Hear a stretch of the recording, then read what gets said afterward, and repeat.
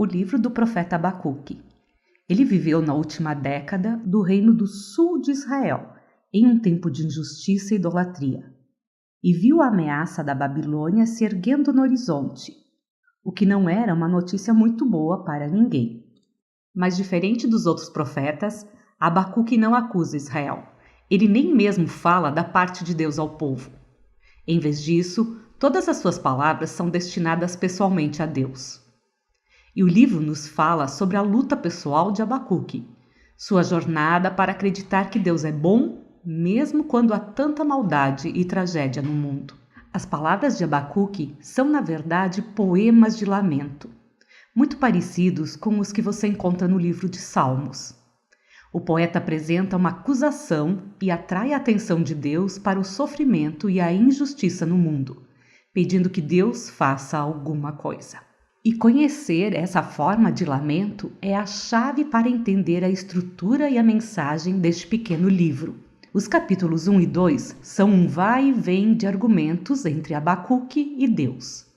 O poeta apresenta duas queixas, para as quais Deus oferece duas respostas.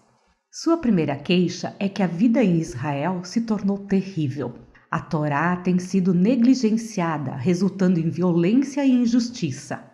E tudo isso tem sido tolerado pelos líderes corruptos de Israel. Abacuque está chorando e pedindo a Deus que faça alguma coisa, mas nada parece mudar. De repente, Deus responde. Ele diz que está bem ciente da corrupção do seu povo e que está convocando os exércitos da Babilônia para trazer sua justiça a Israel. É bem parecido com a mensagem de Miqueias ou de Isaías. Deus diz que vai usar esse império terrível para devorar Israel por causa da sua maldade e sua injustiça. Mas Abacuque tem um problema com essa resposta e oferece uma segunda queixa. Ele diz que a Babilônia é ainda pior do que Israel. Eles são mais corruptos, mais violentos, idolatram seu próprio poder militar. Eles tratam homens como animais, apanhando-os como peixes em uma rede. Eles devoram nações e grupos de pessoas para construir seu próprio império. E Abacuque diz: como você, um Deus santo e bondoso, pode usar nações tão corruptas como seus instrumentos na história? Ele implora por uma explicação. Mais do que isso, ele descreve a si mesmo como um vigia nos muros da cidade, à espera da resposta de Deus, o que eventualmente chega. Deus pede a Abacuque que pegue tábuas e escreva o que vê e ouve. É uma visão sobre um tempo no futuro que pode parecer distante, mas vai chegar um dia. Deus diz que os justos viverão pela fé nessa esperança e nessa visão. Mas o que é essa promessa divina que Abacuque deve escrever?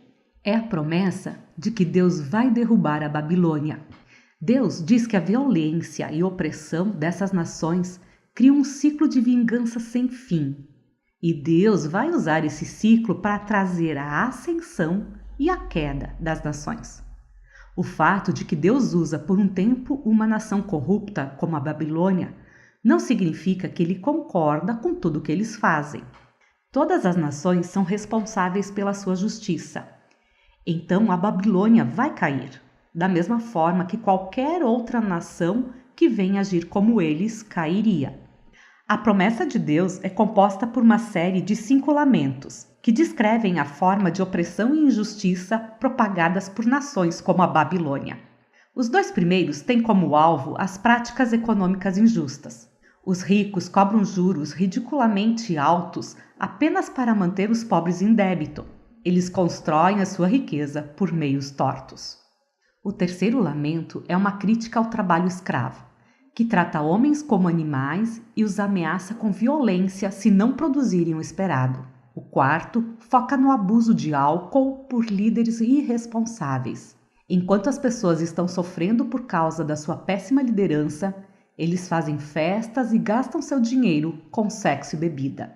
E o último lamento expõe a idolatria, o motor que dirige essas nações. Eles depositaram seu dinheiro, poder e segurança nesses deuses, oferecendo sua obediência a qualquer custo. E então as pessoas se tornaram escravas do seu próprio império. As práticas descritas aqui não são exclusivas da Babilônia. Isso é um ponto importante. Dada a condição humana, a maioria das nações eventualmente se tornará como ela. Então, a resposta de Deus a Abacuque, nesse livro, se torna a sua resposta para todas as gerações futuras, para qualquer um que vive em um mundo governado por outra Babilônia. Mas ele deixa essa questão pendente. Deus vai deixar esse ciclo, a ascensão e queda de impérios tipo a Babilônia, durar para sempre? E esse é o assunto do capítulo 3.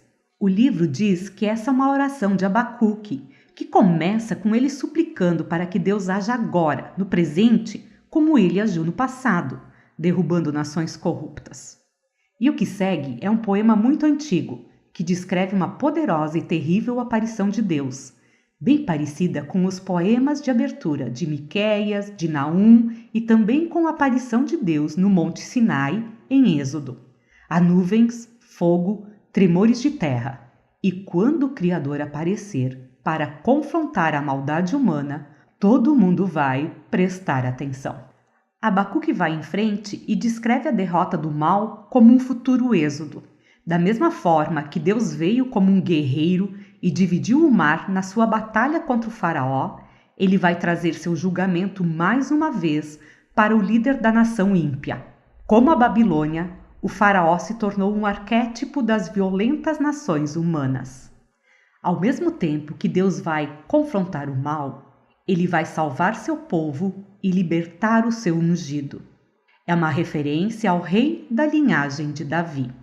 E nesse poema, a história do êxodo passado se tornou uma imagem do êxodo futuro, que Deus vai realizar. Ele vai, mais uma vez, derrotar o mal e derrubar os faraós e as Babilônias do mundo. Ele vai trazer justiça a todos os povos e resgatar os oprimidos e inocentes. E é essa expectativa que permite que Abacuque termine o livro com um louvor cheio de esperança.